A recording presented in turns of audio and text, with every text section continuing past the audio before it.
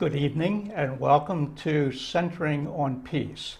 My name is Blair Seitz, your host for this evening. The discussion tonight is about climate change, and I'm really happy to have two guests with us, John Ankele and Richard Whiteford. John Ankele is co-sponsor or co-director, producer of the movie The Wisdom to Survive: Climate Change, Capitalism, and Community. We will be viewing parts of this remarkable movie during our show.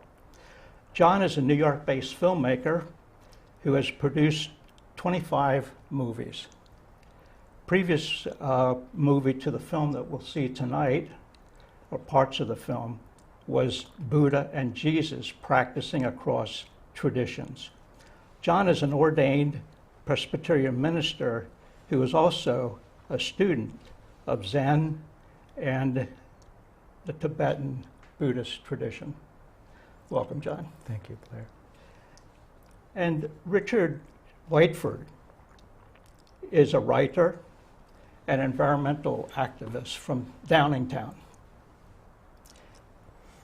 We have so many qualified people who live so close to us.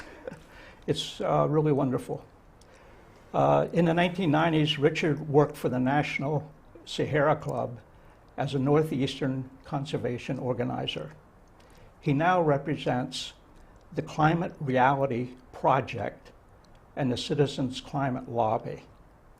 He has made nearly 300 presentations to universities, high schools, religious institutions, and civic organizations about climate change. So welcome, Richard and John. Thank you. Our viewers are welcome to call in to the program. You can call in on 610-378-0426. We're going to see two segments of the movie, Wisdom to Survive. The first we will show you now, and then John and Richard will comment on aspects of that section of the movie. And then when we start our second half hour, we will see a second segment of the movie. So let's roll the movie now. The thing that's at the heart of our daily lives is the abundance of cheap fossil fuel. For 200 years, it's defined what it means to be a Western human being. Everything we do all day relies on fossil fuel. It's what's made us rich. The problem is that same fossil fuel is now killing us. And so somehow we have to get off of the thing that's at the center of our daily lives before it does us in. That's a very, very difficult task, the most difficult task that human beings have ever faced. I think that climate change, let's say 20 years ago when we understood that it was due to our burning fossil fuels and as well as our deforestation of forests, was an unfortunate consequence of our industrialization. At that time, there was no need for judgment because people didn't realize that that could actually change the atmosphere, which in turn could change the radiative balance on the whole planet. But now we know it is no longer just a consequence of the Industrial Revolution. It is a crime against humanity.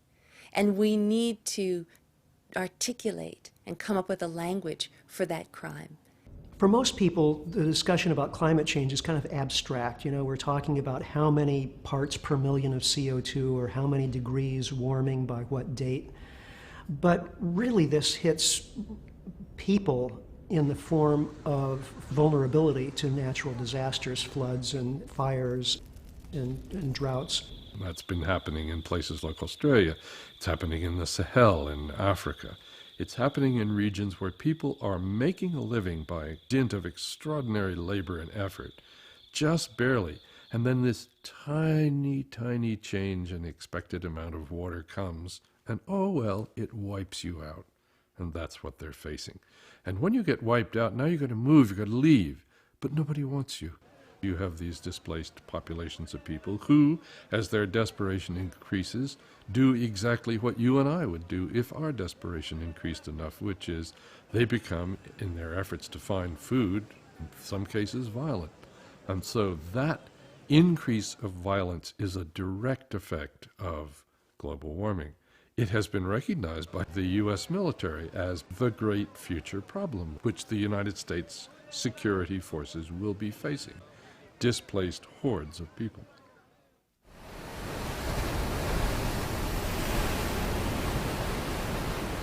One of the things that oceans create for the world is glaciers, of course, because the evaporation of water from the oceans goes up and falls as rain or snow in high mountains, collects as ice, and becomes glaciers, which then, as pure, unsalted water, flow down to the sea.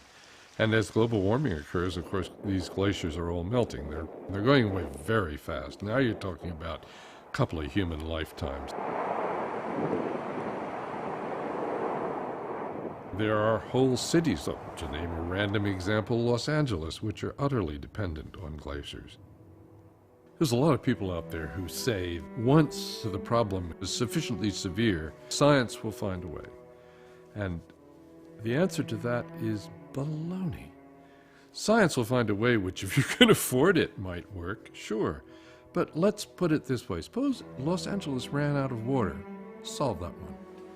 And the answer could be, oh, yeah, well, you put in a desalination plant, a giant desalination plant. Yes, but what happens to the price of water at that point? And how much will you enjoy paying, $1 a gallon for water just to wash your car or water your lawn? Science will not solve the problem at any sort of reasonable expense level to pay for things which are the services that are performed free by the environment. Somebody has actually put a price on that, has guessed at what it is. If I recall it correctly, I think it's the free services performed by the environment for humankind worldwide come to $30 trillion a year. Well, that's no problem. I mean, we'll just raise the $30 trillion and perform those services for ourselves. No. When CO2, carbon dioxide, dissolves in seawater, it turns into carbonic acid, and that increases the acidification or the acidity of the oceans. And that's going on big time because, of course, there's so much more carbon dioxide than there was before. And what that increase in acidity does is an absolutely dreadful occurrence. You can show experimentally that that's going to result in the inability of a huge number of species to actually lay down shells. They won't be able to do it anymore. And the result is they'll die. And if those species are plankton, these little single-celled things that nobody ever worries about, but which are the absolute foundation of life on Earth, if that happens to them, that's it. These planktonic creatures are the base of every oceanic food chain, and all these oceanic food chains result in the species that we eat most and rely on most. 1 billion people, over 1 billion people in this world, have as their principal source of animal protein.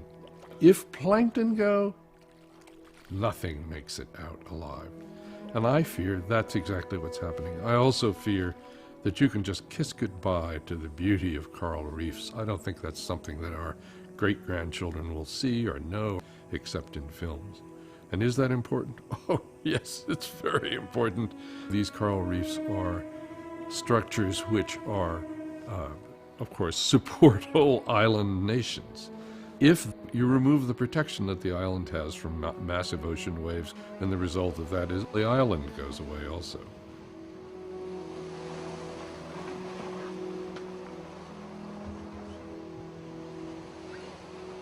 If you lose a coral reef completely, you lose all the species which depend on coral reefs, and there are a huge number of them. Most of them are extremely beautiful, so you'll lose a lot of beauty. This problem would be hard enough were it confined to one nation, ours, because the power of the fossil fuel industry is enough to make it very difficult to get change to happen here. It's made infinitely more complex by the fact that it's the first global scale problem, and we need to involve the entire globe, and much of that globe, most of it, is poor. Our deep economic inequality, which has always been a sin, is now an enormous practical impediment to getting action. Because China, India, and the rest, the easiest path for them to pull people out of poverty is to do it the way we did it, burn lots and lots of cheap coal. If they do that, there's no hope of dealing with the global warming crisis. It'll just overwhelm us. We have to figure out some way to allow China and India and the rest to forego that coal burning and develop anyway. And that's going to take some serious help from the rich world in the form of technology and resources to allow that leapfrogging to happen. We'll find out if we're generous enough to do that or not. It's all a question of pace, whether we can make the politics change as fast as the physics and chemistry are changing. I'm always well aware that the world around us is not going to be any more beautiful or intact than it is right now, so I do everything I can to take great pleasure in it. One of our jobs is clearly to bear witness to the beautiful world that we were given, and to understand that it's never going to be quite this glorious again, so we better pay attention. And I do.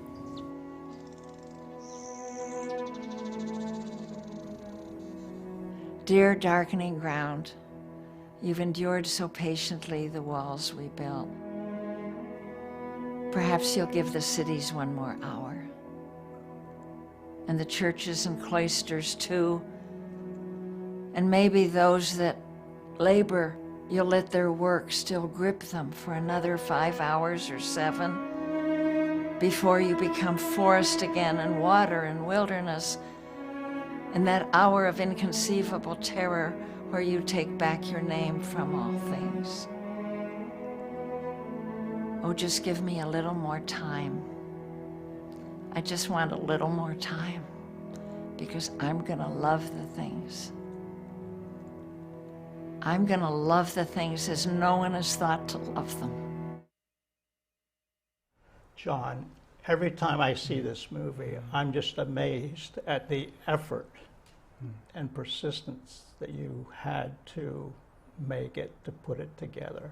Like, what motivated you? Yeah. You know, it was an interesting thing. My colleague, Anne Macksoud, co-producer, she had been at an event with Bill McKibben, who's the leader of 350.org, and kind of on the vanguard for many years, for the last 20 years really, of the climate change movement. He was on the staff of the New Yorker, and at that time he wrote a series of articles that ended up in a book called The End of Nature. But he and many others who were prescient saw this problem coming. And Anne met him, and he gave her a book, his latest book called Earth, and she read it, and she was quite inspired by it and also alarmed. And so she gave me the book, and I read it, and we were just shocked with the sense of urgency that was coming through Bill McKibben's understanding of this issue, because he's done research for 20 years on it and really is the scholar, and in terms of the science and the economics and everything, is able to understand it. I hear alarm and urgency. Indeed. And you know, it came through in the barest details. For example, reading in that book, based on research that he had done, that soon after President Obama was elected, there were 2,340 climate change lobbyists hired to work in Washington, to, you know, appeal to Congress on behalf of the corporations they were representing, because most of these 2,340 lobbyists were employed by the fossil fuel industry. And just to imagine that they were positioning themselves because they anticipated that President Obama would work us out of fossil fuels and more toward alternative energies of solar, wind, geothermal, and so forth. And this was going to hurt their bottom line. So here's this massive army of lobbyists descending on Washington in January 2009 when President Obama That says was a lot. inaugurated. Here we are 7 years later. Richard, we saw in the movie the glaciers, the drama of the glaciers melting. Like, what are the facts now of the glacier, of the sea, of the carbon in the air? Tell us. Well, first of all, I went to Glacier National Park 2 summers ago, and 11 of the glaciers were totally gone, non-existent. And the Grinnell Glacier, which has always been the crown jewel glacier in the park, it looked like a small napkin laying on a rock way up on the mountaintop. We're losing glaciers globally, all over the world.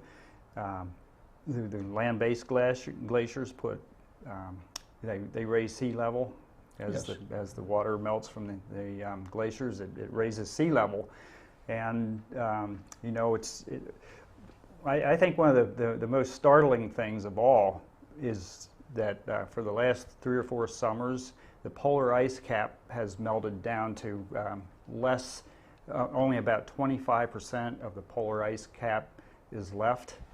And that's really bad because that causes what they call a feedback loop, which means that the more open, dark water there is, the more sunlight it absorbs.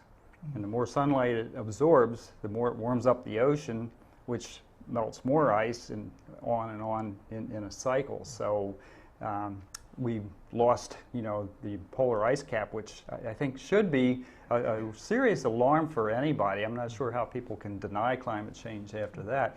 On the other side of the world, in Antarctica, this summer, the Thwaites Glacier broke off. It's a huge glacier, broke off, and it's moving at a glacial pace, but it's committed to go into the ocean and melt.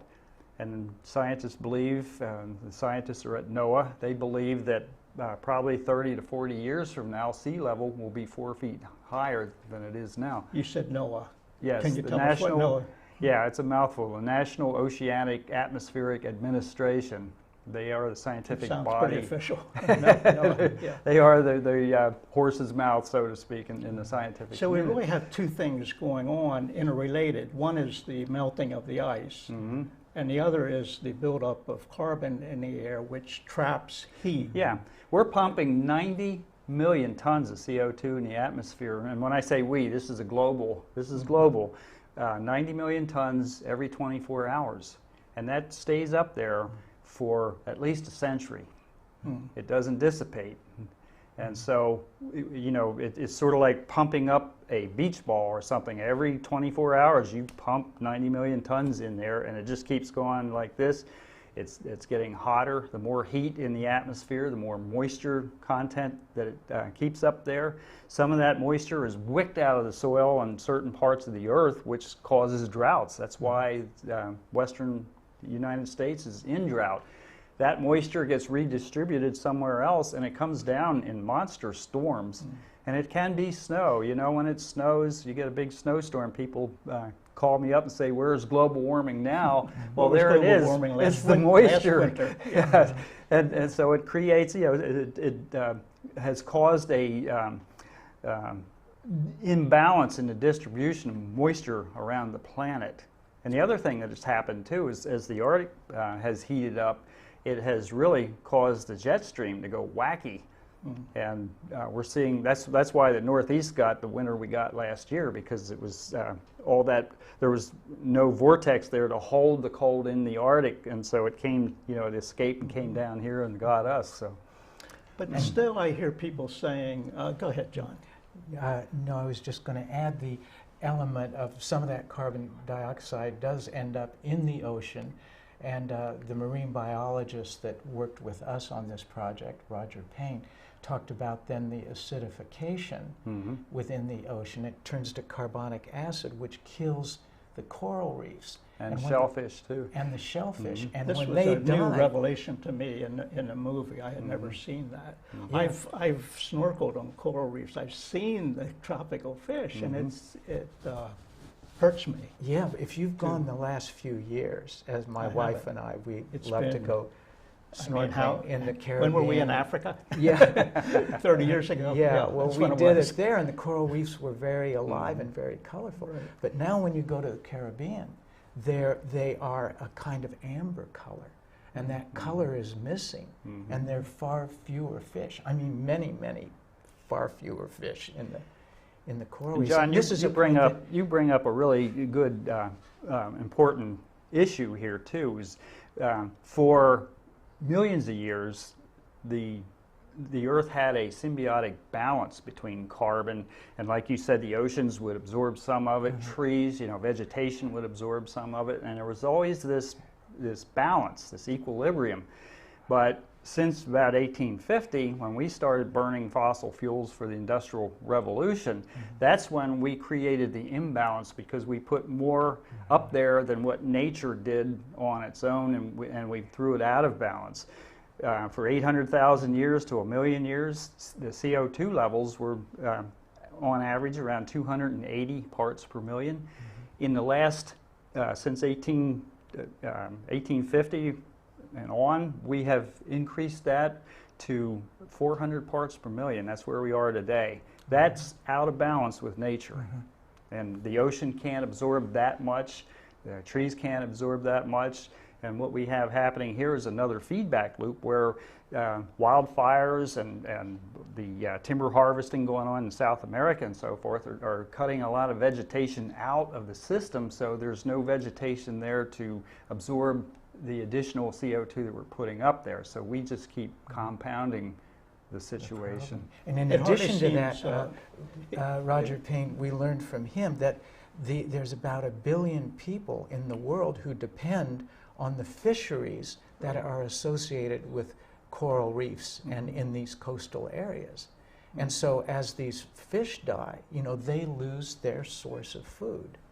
And amazingly, yesterday, Secretary of Defense Hagel got together with 30 defense ministers from around the world to present this Pentagon report that talks about the threat to national security, worldwide, worldwide security, because of people who are losing their food source, that 1 billion depending on the fisheries, and all the other people, you mentioned the droughts who will be displaced, the climate refugees, that one estimate that we came in contact with in our research was that there'll be 700 million climate refugees, perhaps even by the middle of this century. Let me remind our viewers, that it's something that we tend to forget about, is that some of you may have just come on the air. Let me say that we are the program Centering on Peace, and this evening we're talking about climate change, and we have our guests here, John Ankele, movie maker, and also Richard Whiteford, who is quite an expert on climate change. And you can call in to us at 610-378-0426. Richard, what you're saying is very convincing, okay? But yet, there are lots of people who do not buy this. Weather forecasters, for example, might be very conscious of how weather has changed over a long period of time. We have these cold times, we have the wet times, we've had floods all the time. We used to have floods in the Mississippi. And so, this might be just another cycle we're going through. What do you say to that? Well, first of all, the weather events that we have now are much more frequent, much more severe than any time. This weather is not my grandfather's weather at all. It's very, very different. In fact, today there were 17 tornadoes in the south, and there's another hurricane developing out off the east coast. But I'm sorry, I blanked on your question again, but we have the science. We have the science. Most of the deniers, there are a couple different types of deniers. One are the people who are paid for by the fossil industry. All right, there's the Heartland Institute that receives a lot of money, millions of dollars of money from the oil companies to say that climate change isn't true. And they actually put out a publication on Earth Day last year, and I got a copy of it. And you go through it, and there's no science in it at all. It's opinion. when I give my speeches, I'll get a denier in the audience, and I'll say, bring your science up here. Show me your science. I've been doing this for 8 years, and nobody's brought me a Postum sticky with something on it. There is no science.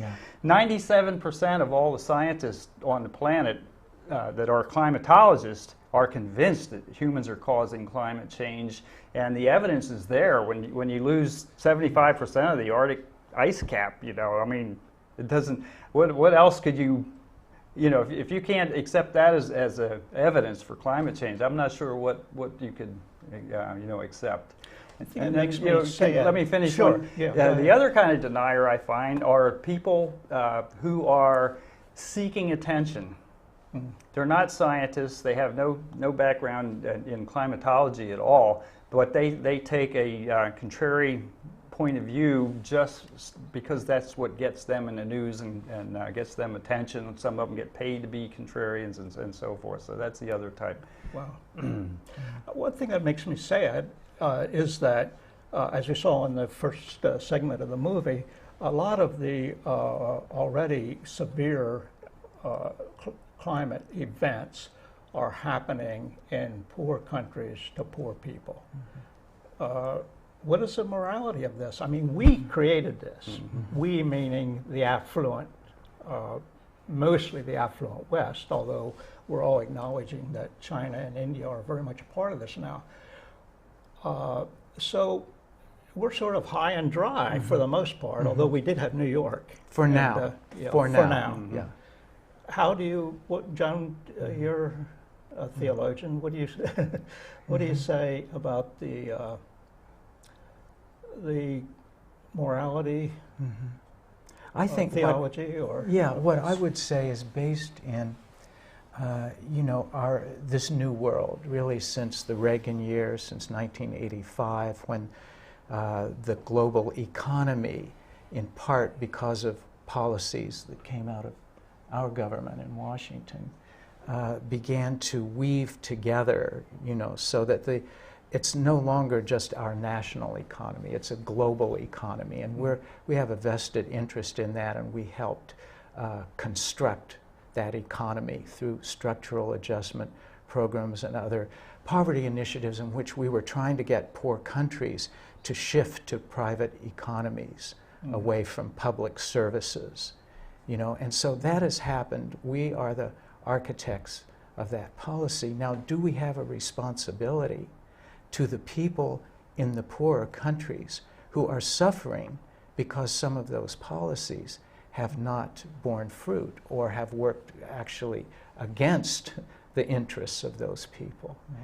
And climate change is not unrelated to that, because it's corporate efforts often in poor countries that keep them poor. When our corporations go into a country because they can pay low wages, or because there are cheap resources, or because there are lax environmental regulations, then don't we have a moral responsibility to those countries when the people become impoverished? Another thing I'd like to point out too is right here in our own country, as it relates morally, there are still victims from Katrina that have never been taken care of. They've lost their property, they're still homeless and so forth. And a lot of those people were low-income people. In New Jersey and New York, there are a lot of wealthy people that have lost their homes and so forth from Hurricane Sandy that haven't been settled with either. And in Louisiana, around the coast, and parts of Texas on the coastline, southern coastline, there are people who are still suffering economically from the destruction that the oil spill caused down there. And the people are not getting any restitution for this. That's a moral obligation from a corporation that ruins your life. We'll be back. First, let's look at the second segment of the movie, and then we will talk again. This is the program Centering on Peace, and my guests are John Ankele and Richard Whiteford. You may call in 610-378-0426. Let's roll the second segment of the movie. It's not like, oh, well, now we recognize there's a problem, we don't know what to do about it. We do know what to do about it. We need to transform our energy system. We ought to be creating 500,000 jobs a month in this country now. There are all these huge technological innovations that could be pursued, but it helps to have a real price on carbon to do that. Moving from fossil fuels to wind, solar power, geothermal, microhydro, tidal power, wave power. There are many options, and most of them are very good, especially in certain places. But we're not going to be able to replace fossil fuel energy on a one-to-one basis rapidly and make money doing so, so we will be making sacrifices in the process. My excitement about these 21st century technologies that may arrive is that in June, July, August, we have more sun by 9 o'clock in the morning than we could use all day. There's so much energy hitting the earth from the sun that in 1 hour, the photons of light energy can fuel the world's economy for a year. For a year. 1 hour of sunlight. So there is an abundance in the world that we have not understood. But it's my faith, actually, that climate change will bring us to this new kind of understanding, new infrastructure, new experimentation that will really change civilization. And that this is the trigger, this is the catalyst for that transition to occur. I'm not such a good soul that if I thought this had no chance of succeeding, I'd waste my time flailing around at it. I think we have a chance. I think the game is not yet over and the outcome not yet clear. But I sure don't think it's going to happen automatically. I think the only hope is to build big movement. A true citizens movement that is big, that is tough, and is determined to make deep change. If there's a model in living memory that we need to try to find again, it was the civil rights movement. People understood that they had a deep grievance, and they understood that the system they were working in was illegitimate, and they set out to demonstrate that. We are going to act. Power responds to a demand, and we have to let that demand be heard, and it's time to step outside the system and do some things that we haven't done before. We got to be careful as we do civil disobedience. We shouldn't make young people the cannon fodder for it. I think it should be those of us who've spent our lives burning fossil fuel. We need to make very clear who the radicals in this scenario are. They're not people demanding an end to fossil fuel burning. The radicals are the people who are willing to fill the atmosphere with twice as much carbon as there used to be and just see what happens. There is movement building around the world, and what you're seeing is that the movements are connecting. So the environmental movement is connecting to the sustainable food justice movement. The food justice movement is connecting to the women's movement. The women's movement is connecting to the LGBTQ movement. So we just simply cannot look at these problems in silos. What needs to be done is connect these groups, which are prefiguring in their work the future world. After all these years of being deprived of meaning in our lives, we have an opportunity to fight for something real. And it's not just a fight, it's really a much more joyful existence to live in reality. This climate crisis, it could be some of the worst sorts of things we will have seen here on the planet as the disasters pile up, and there's more of them, than we can deal with. So the question is there about hope. Is hope necessary?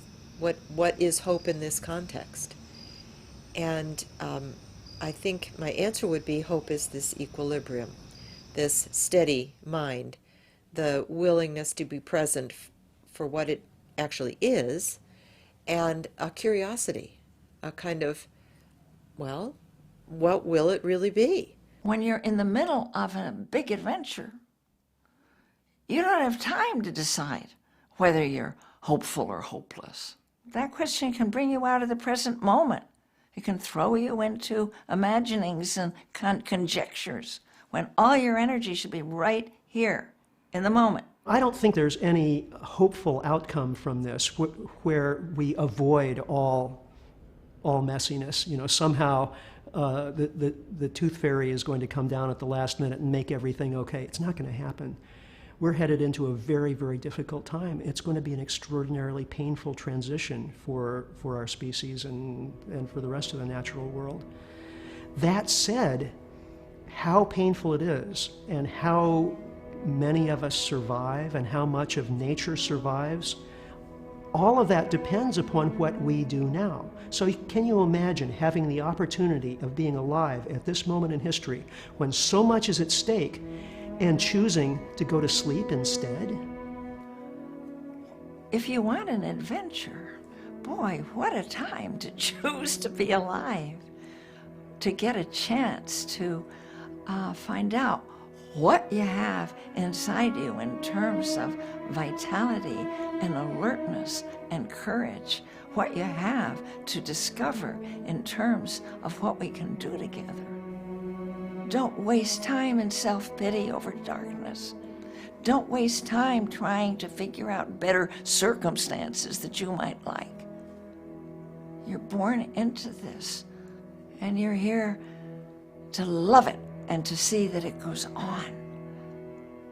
I cannot turn my eyes. I cannot count the cost of all that has been broken, all that has been lost.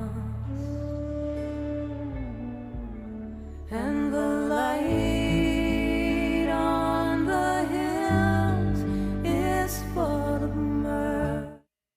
Me today are John Ankele and Richard Whiteford. Thanks a lot for being here, and thanks for watching Centering on Peace. You know, the climate change issue really came home to me, and I went into a different paradigm, I think. And John, quite frankly, your movie gave me a more positive look. September last year, 2013, National Geographic ran a story that if we insist on burning all of our fossil fuels, coal, oil, that in 5,000 years from now, all of our coastal cities will be totally underwater, and most of Earth will be uninhabitable, too hot. It will be an era of no ice. 5,000 years may seem like a long time, but in the space of Mother Earth, it's a very short time. And for me to think that our very prosperous industrial era, a time of great luxuries in some ways for all of us, that this has brought us could result in that. It just, I didn't know what to do with that. So what do we do with that? Mind you, I did use a big if there, and National Geographic uses an if. But given the power of the fossil fuel industry and the extent we are going to now to extract all of the fossil fuels, it looks like we're going in the wrong direction. Can you help me? Well, I think Bill McKibben is instrumental in starting a movement that I think is going to continue building.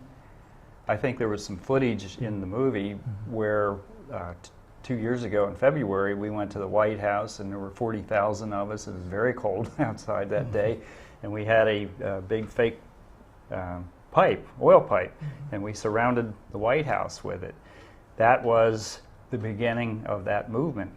Now, a couple of weeks ago, we had 400,000 people in New York City to tell the UN that we want to have this taken care of. We want something to be done with this. This movement is not over yet. That's what I do for a living. And our lives are at stake. Human survival is at stake. We have got to do this. And so far, money has talked, but it's only gotten away with it this long because there hasn't been a big enough, strong enough movement to change that. And we have an election coming up. They can spend all the money they want, but if everybody gets out and they vote some of these people out of office, it won't matter how much money they spend, they'll be out, they'll be gone.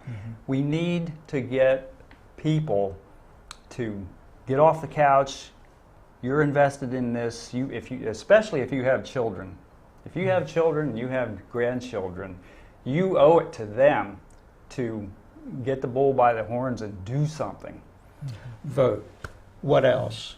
I mean, okay. people have to have practical things to do. And one of the one of the big things. I mean, we've done the curly Q light bulbs. You know, we have Priuses, and you know, I've gotten lucky to enough to drive a Tesla. You know, I'll never afford one. But the big issue, the thing that needs to happen, and the Citizens Climate Lobby, along with Jim Hansen, is driving this. Dr. Hansen, from formerly president of NASA, is to have a carbon tax and a dividend. And even some Republicans now, because you know they are real knee-jerk about taxes, but they're hearing this and they're starting to like this idea. And the idea is to tax carbon at its source, at the coal mine, at the wellhead, and then you give a dividend from that money. The government gets not a cent of that money. You give a dividend to every tax-paying citizen in the United States, and that dividend will help offset the increase that's going to happen with fossil fuels because it's going to make them more expensive. The second thing you do is you stop giving the fossil industry $90 billion a year in tax subsidies. And you take that money and you put that money into investments for clean energy. Those are two things that could get us on a fast track right now if we can get that. And there are people in Congress trying to get a bill, get some legs under some legislation to make that happen. Those are two can-do things that we need to do as soon as possible. John, do you have something to add?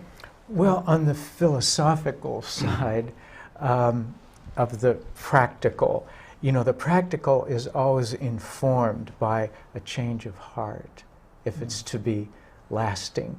And early on in our film, we weren't able to see that tonight, but there's a cellist at the beginning, who Eugene Friesen, who went out with the marine biologist Roger Payne to record the sounds of humpback whales.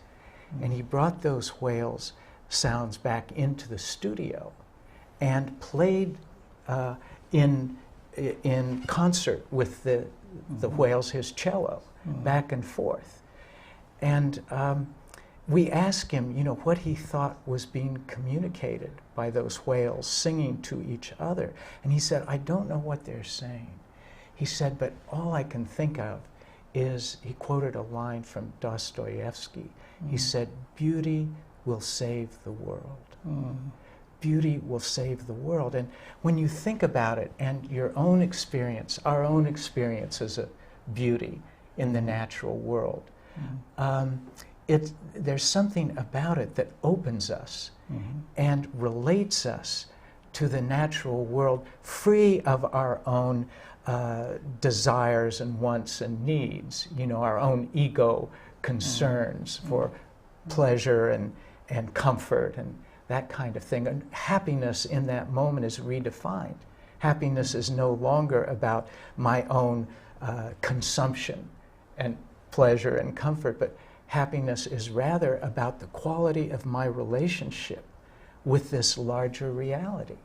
So part of our history in Western Christianity and Western culture is that we have seen ourselves as being separate from nature. Exactly. I think I hear you saying that. Yeah. The Native Americans that you have in other parts of your movie saw things differently. They had an ongoing relationship with Mother Earth.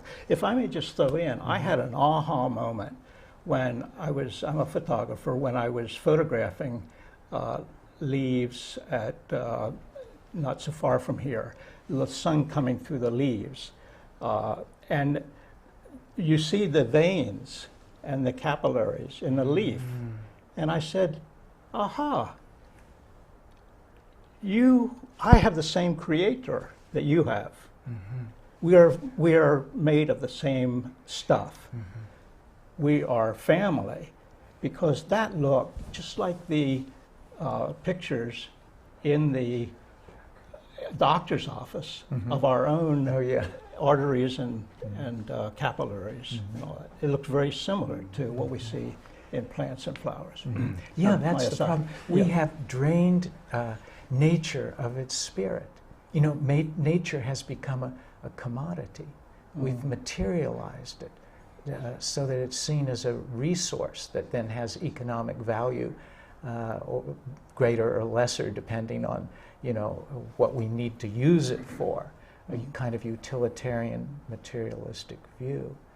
And we failed to remember that the spirit that animates nature is the same spirit that animates us.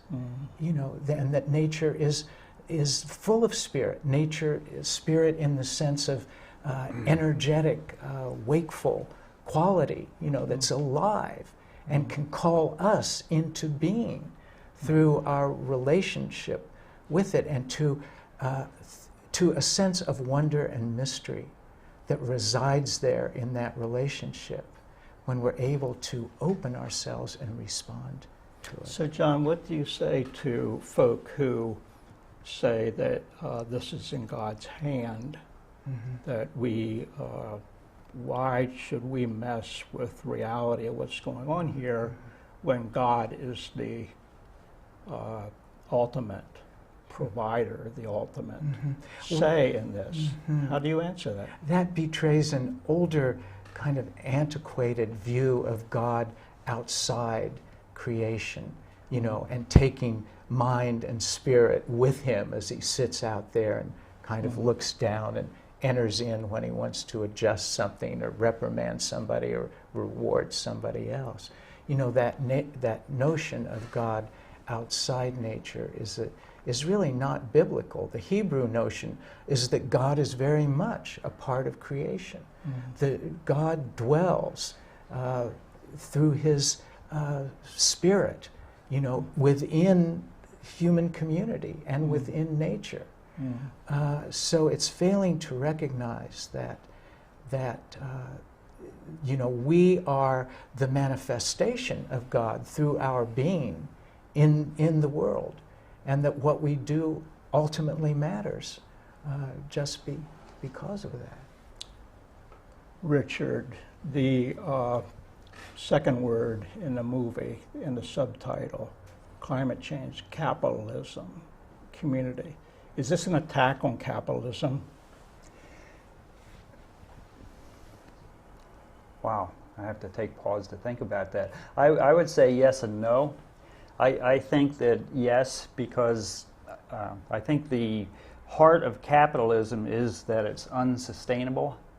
It demands more. I mean, just take the housing market, and in this area in particular, we just took out all the farmland, places to grow our food and so forth, and put houses on it. And we built so many houses that we got to a point where we had a collapse in the market. But when you hear the financial reports, they still bring up housing starts as one of the main stays of capitalism, and it's unsustainable. I think what we have to do, and the no part of this is that we have to develop some other system that we can operate from that's not capitalism. And I don't know what that is. I've been discussing that with a couple professors that seem to be on a track to figure that out, but I don't have the answer. That's not my area. But the way capitalism is at the moment, it is absolutely the biggest cause of climate change. It's all about the money, and there's no consideration for spirit or life. Yeah, I think there's an interesting article in September Harper's by Joseph Stiglitz, who is an economist who's worked for the World Bank, I believe, and on development issues and addressing poverty. And his point is that this is not what we're practicing, real capitalism. This is ersatz capitalism, he calls it, you know, a kind of fake expression of capitalism, because corporations have managed to create monopolies, you know, and so there isn't real market competition in the way that creates innovation and drives down profits naturally, and allows for more people to participate in the creation of wealth. So, you know, it's tricky business because we get into an ideological area and everything. But what we do know is, I agree with Richard, that we need to re-examine the system in light of human values, and instead of defining democracy as freedom to get as much money as you can get, you know, at the expense of the environment and other people, to look at it rather in terms of fairness, you know, which we've always known and we know in our hearts. Freedom from hunger, freedom from disease, freedom from indignity, freedom from discrimination. These are the important qualities that we know are right, you know, and it goes back to your earlier question about morality and people in the rest of the world. You know, aren't we all entitled to those freedoms that have to do with fairness and not just self-aggrandizement through grabbing as much as you can get? Richard, a chance to say some last words? My advice is leave carbon in the ground or humans won't be around. leave carbon in the ground. Leave carbon in the ground or humans won't be around. Richard had that sign down in Washington during, in New York during the climate march. I think that's original. In front of Fox News. And But that's as basic as you can get. We have got to stop pumping CO2 in the atmosphere. We're in for a rough ride right now. And you know, when I started 8 years ago, CO2 levels were around 370 parts per million, and you weren't really seeing climate change, you know, the effects of climate change yet. But in the last 4 years, 5 years, it's been rock and roll out there weather-wise, with droughts, floods, wildfires, tornadoes, hurricanes, and so forth, to a much more extent than it used to be in past decades. So we have some practical things that we can do, all of us. That is less gasoline, more walking, less use those light bulbs. But then we have the huge political challenge before us that you all have brought out very well. Do I have time to? We have. I have something I use in my talks a lot of times. I live on a hillside outside of Downingtown, and our development has 700 houses in it. And when you burn 1 gallon of gasoline, it puts 20 pounds of CO2 in the atmosphere. That stays up there for 100 years. Wow. You know, 20 pounds, that doesn't sound like very much when you're talking about 90 million tons, you know, every 24 hours.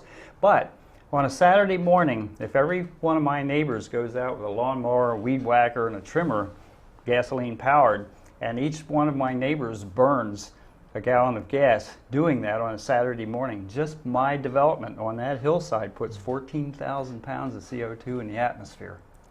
1 hour on a Saturday morning lawn care. And just that little patch on the hillside. And Richard, I heard you say that in terms of where we are at now, that we have enough fossil fuel in storage already taken out of the ground. Well, it's not taken out of the ground, but it's inventory, which means that the fossil industry already has the permits to take it out. I see. Okay, but there's 5 times more CO2 or carbon to be burnt that's already permitted to be burnt. That is 5 times more than what it would take to put us over that 2 degrees Celsius limit that the scientists are saying we can't surpass. And so drill baby drill is the wrong energy policy. We have got to leave carbon in the ground or we're not going to be here. You know, basically that's why I came up with that meme, because we can't do it.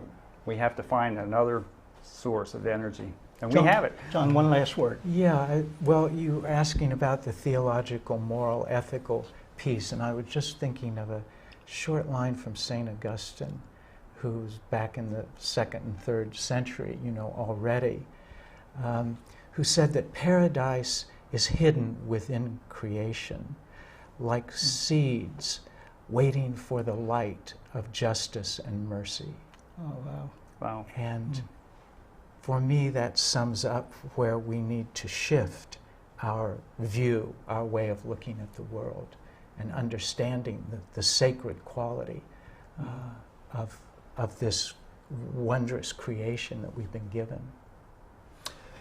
Friends watching us tonight, if you'd like to see this movie and show it to your own group, the movie is available from bullfrogfilms.com. It's a wonderful movie, and we've just seen part of it tonight. Again, you have been watching Centering on Peace. My guests, John Ankele and Richard Whiteford. Thank you very much. You can see us or be with us, the Berks Peace Community, on the first Monday of every month. Thank you very much.